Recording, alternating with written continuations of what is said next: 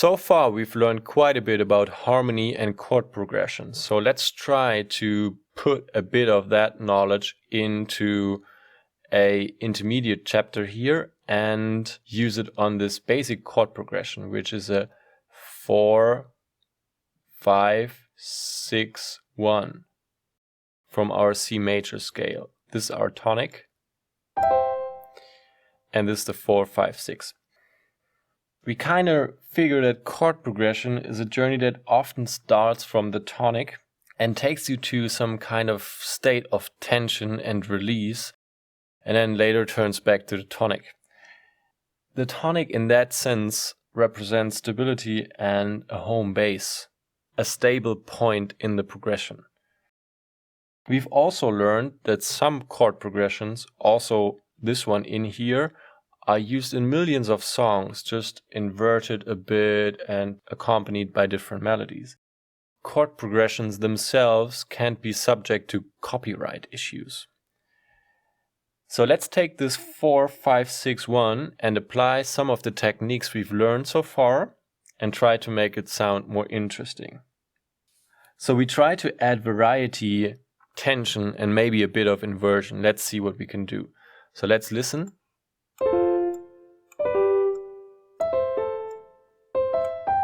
Well, for the moment I'd like to take him down.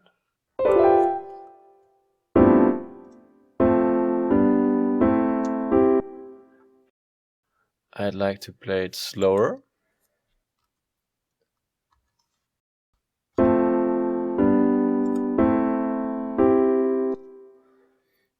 And we're going to add in the bass notes now. So this is the F down here.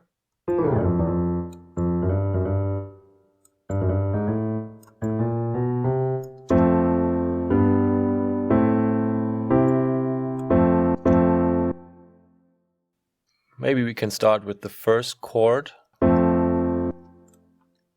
We could add an inversion or an added tone. G, for example. I like it that way already.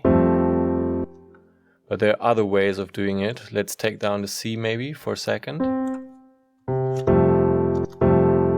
Sounds nice as well, but a little deep for what we are going to do here.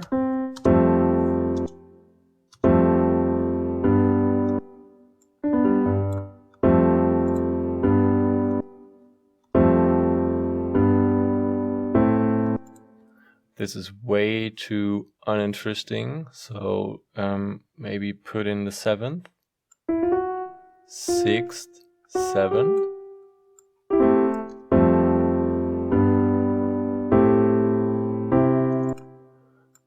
And go down 1 octave. Down 1 octave because we don't want to make too big of a step with the top melody here. We want to keep it tight and also from the perspective of a piano player, easily playable.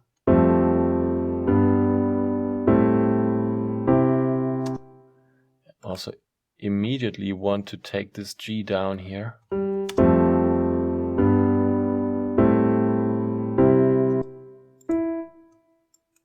And somehow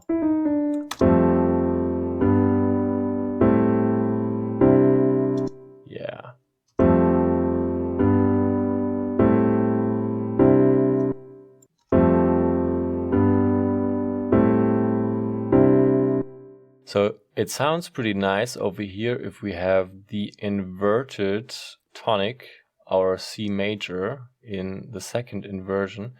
If we have that one just playing as a sus chord.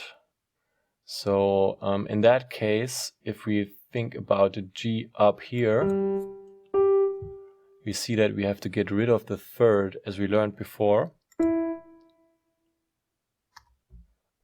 Take down the G again and listen back.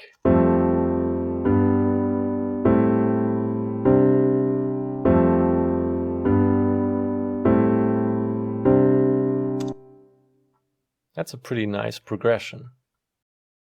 I don't know, you could go on for hours here, and especially I still hear something here introducing the last chord, but I'm not quite sure about it. So let's just try it out.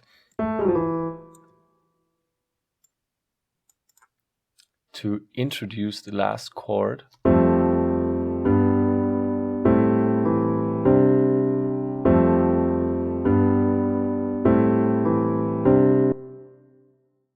It's a possible kind of announcement for the last one, and you could do that in every chord, but it's just an idea.